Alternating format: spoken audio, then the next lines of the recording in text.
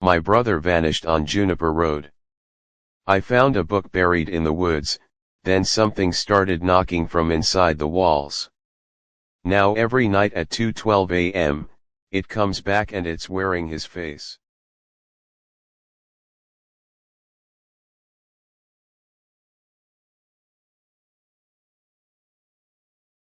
The first time someone went missing, we thought it was just a fluke. Small town. Bad weather. Maybe he just drove off the road into a ditch somewhere those woods could swallow a car whole. But when the third person vanished, and the same symbol was burned into their front door like some kind of warning, we knew something was watching us.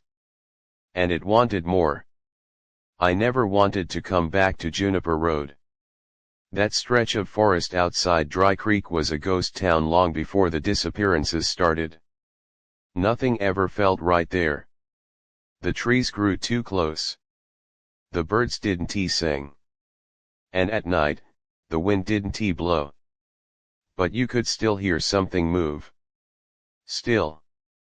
When my brother Jamie vanished without a trace, just gone, like he was erased from the map, I didn't have a choice. He was all I had left. I packed a bag, left Chicago behind, told my boss I needed a week off, and drove west. Back to the place I swore I'd never return. Back to Juniper Road. The town hadn't changed. Same dead gas station with its flickering light. Same closed down diner with the cracked open sign still hanging crooked in the window. Same people who didn't meet your eyes unless they had to. But there was something new this time. Fear. I saw it in the way folks locked their doors at noon. The way they whispered to each other across the grocery aisles. The way the sheriff wouldn't even say my brother's name out loud. They knew something. And no one was talking. I drove out to Jamie's place that evening. It was a small cabin off the end of Juniper Road, tucked into the trees like it was trying to hide. I'd been there before, once last summer. It had felt cozy back then. Now the air around it felt wrong. Like the trees were leaning in just a little too far. Like the house didn't want me there. There was no sign of struggle inside. No blood. No overturned chairs. His keys were still on the hook by the door. His phone was on the charger. His dog Bear was sitting by the window, waiting. Just waiting. Like Jamie had stepped out to grab the mail and never came back. I stayed the night. I didn't plan to. But something told me I had to. That night, I heard scratching. Coming from the attic. Just past midnight. Bear heard it too. He sat bolt upright, hackles raised, growling low like he'd caught a scent that didn't belong. I grabbed a flashlight and crept up the narrow attic stairs. Each step groaned like it hadn't been touched in years. When I opened the door, there was nothing. Just dust. Boxes. An old rocking chair facing the window. But as I stepped inside, the light flickered. And I swear to God, the chair moved. I told myself it was just a draft. Just my imagination. But when I turned to leave, there was writing on the wall. It hadn't been there a minute ago. I'd bet my life on it. One word. Stay. I didn't sleep. I sat in the living room with Bear curled at my feet, the fire barely crackling, every shadow looking too long, every creak in the walls sounding like footsteps upstairs. By morning, the word on the attic wall was gone. I checked twice. Nothing. But I wasn't crazy. I knew what I saw. The next day, I drove into town. Stopped by the sheriff's office. Told him what I saw. He wouldn't even look at me. Just muttered something like, "That house's seen too much," and told me to go home. But this was my home now. Until I found Jamie. I started digging. Knocking on doors. Asking questions. People didn't like that. An old woman, Mrs. Penrose, shut the door in my face the second I mentioned my brother's name. A guy at the hardware store told me, some folks go missing 'cause they ask the wrong questions. I thought it was just fear. Superstition. But then someone slipped a note under my windshield wiper while I was at the general store. No name. No return address. Just a piece of paper with 4 words, "Don't stay after dark." Of course. I didn't listen. That night, I stayed again. At Jamie's house. Because I needed answers. And because something was calling me. Not out loud. Not exactly. But in the silence between the trees. In the shadows that moved just a little too slow. In the mirror above the sink, where sometimes, just for a second, I saw a face behind me that wasn't mine. I set up cameras around the house. Inside.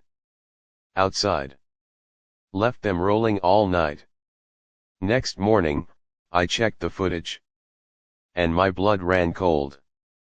Because at 2:12 a.m., every camera glitched. Just for a moment. And then, in frame, standing outside the front door, was Jamie. Or something that looked like Jamie.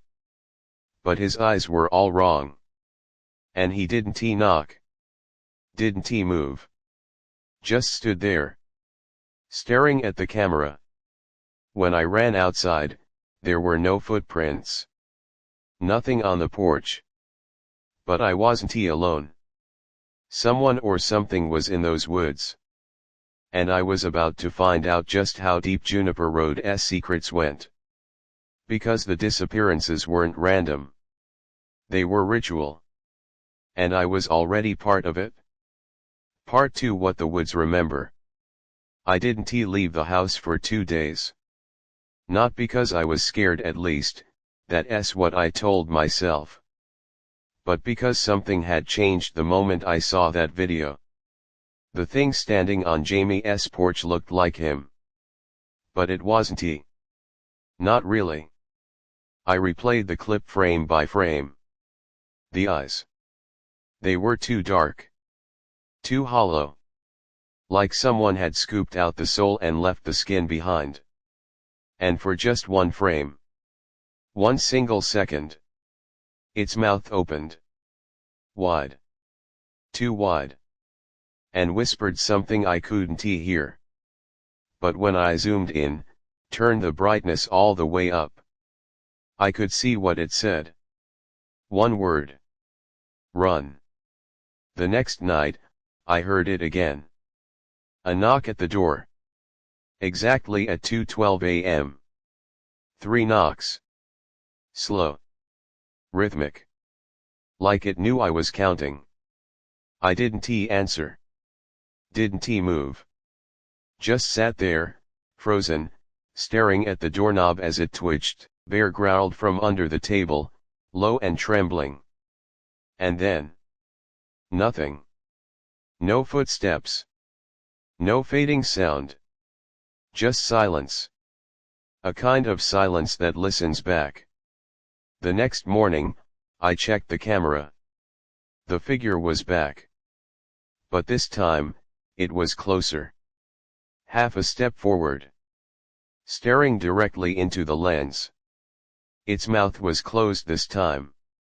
But its hands were wrong. Jamie never had those scars. That's when I remembered something from years ago. A story Dad told us when we were kids. Late at night, fire crackling, the power out from a storm. He said Juniper Road was built on a forest the locals once called the Echoing Pines. Said the trees there were cursed. That they remembered. And sometimes, they gave memories back. But not the way we lost them. Not clean.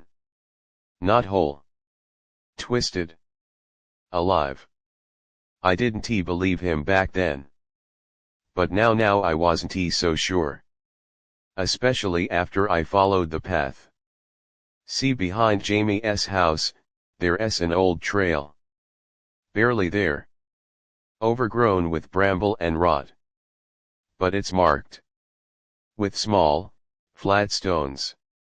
Laid out like a breadcrumb trail. Jamie must ve followed it. And so did I. About a mile in, the trees changed. They leaned in. Not like they grew that way. Like they moved. Like they were watching. And then I found it. A clearing. Perfectly round. Silent. Still.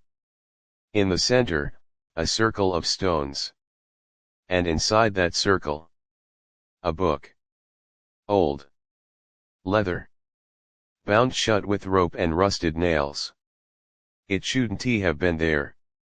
No one had touched this place in years. But the dust was disturbed. And there were footprints. Jamie's boots. I recognized the tread. But there was a second set. Barefoot. Deep. Heavy. Not human. I took the book back to the house. Shouldn't have. But I did. That night, I opened it. Not with a key. With a knife. Had to cut the rope clean. Inside, there were no words. Just drawings. Of faces. Familiar faces. People who'd gone missing from Juniper Road. Every single one. And on the last page. Jamie. His face. But not how I remembered it.